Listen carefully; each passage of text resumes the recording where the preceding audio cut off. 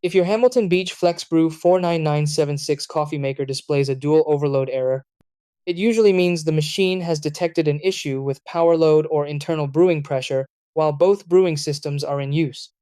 The FlexBrew is designed with a dual brewing setup, allowing you to prepare coffee using either a pod or ground coffee. When something interrupts the brewing process, such as a blocked basket, improper pod placement, or internal overheating, the system pauses operation to prevent damage. Fortunately, this error is often resolved with a few simple checks and a quick reset. Try these. Step 1. Turn the coffee maker off and unplug it for about 60 seconds to clear the internal system error. Step 2.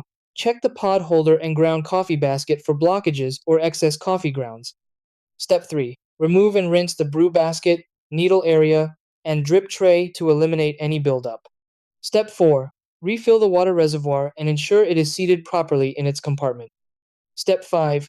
Plug the machine back in, power it on, and run a plain water brew cycle to confirm the error is cleared.